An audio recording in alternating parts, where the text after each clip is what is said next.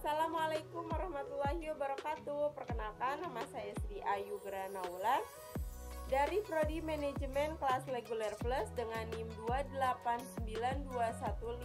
28921502232. Nah, saya di sini akan mempresentasikan materi untuk memenuhi ujian tengah semester mata kuliah Ekonomi Manajerial dengan dosen pengampu yang terhormat Bapak Imhar MM, Universitas Pancasakti Bekasi semester 3 mengenai definisi ekonomi manajerial.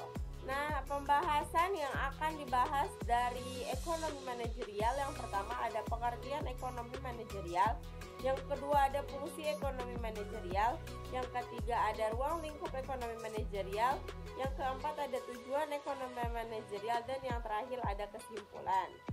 Nah, lanjut materi yang pertama ada definisi ekonomi manajerial. Apa itu ekonomi manajerial? Ekonomi manajerial adalah ilmu terapan yang menggabungkan antara teori ekonomi dan mekanisme dalam sebuah pengambilan keputusan. Dengan hal lain, perusahaan harus mencapai tujuannya yang dengan lebih praktis dan akurat. Konsep dari ilmu manajemen yang satu ini adalah melakukan strategi pengelolaan perusahaan secara efektif. Hal ini dilakukan dengan mengambil keputusan, melaksanakan kegiatan, dan serta mencapai tujuan. Oleh karena itu, dengan memahami yang cermat, pengetahuan ini dapat diimplementasikan secara baik internal maupun eksternal. Lalu, manfaat dari penggunaan metode ini dapat membantu memahami bagaimana determin ekonomi mempengaruhi kinerja dan juga perilaku perusahaan. Nah, lanjut pembahasan yang kedua yaitu fungsi ekonomi manajerial. Yang pertama ada pengelolaan finansial, yang kedua ada metode evaluasi, yang ketiga mempermudah penyelesaian masalah, yang keempat ada mengenali ekosistem bisnis, yang kelima ada memperbaiki pengambilan keputusan. Nah, materi yang ketiga ada ruang lingkup ekonomi manajerial. Yang pertama ilmu administrasi bisnis. Ilmu ini sangat penting dalam proses pengambilan keputusan khususnya di bidang ekonomi, peran manajemen bisnis, termasuk keuangan, sumber daya manusia, juga manajemen material dan akuntansi. Yang kedua ada teknik pengambilan keputusan. Untuk mencapai sesuatu hal yang optimal, prinsip ekonomi perlu dijadikan dalam pengambilan keputusan. Yang ketiga ada ilmu keputusan, yaitu ilmu yang membahas dasar-dasar berbagai masalah dari mulai perhitungan hubungan ekonomi sampai dengan matematika sistematika untuk mencapai tujuan yang efektif. Nah, yang terakhir ada teori ekonomi.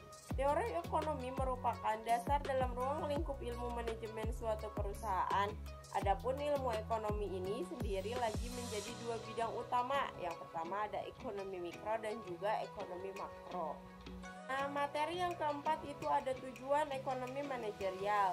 Seperti yang sudah dijelaskan dari poin sebelumnya, yaitu penggunaan ilmu manajemen ini mendorong proses pengambilan keputusan dalam mencapai target. Tentu saja, jika kita berbicara perihal profit dari sebuah perusahaan atau instansi, tujuan mendirikan sebuah usaha sendiri tidak lain yaitu mendapatkan maupun mencari keuntungan yang sebesar-besarnya.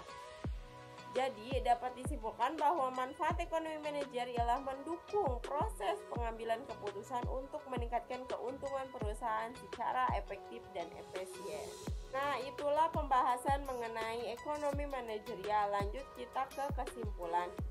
Kesimpulan dari ekonomi manajerial adalah wawasan atau gabungan antara teori ekonomi dan pengambilan keputusan yang dapat digunakan untuk melakukan analisis menguntungkan bagi perusahaan.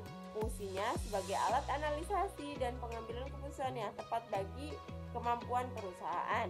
Dalam dunia bisnis, sistem ini sangat penting untuk pengembangan usaha secara menyeluruh. Selain itu, Anda juga harus mengelola perbukuan usaha yang baik itu membuat rencana bisnis lebih menantang berdasarkan laporan keuangan.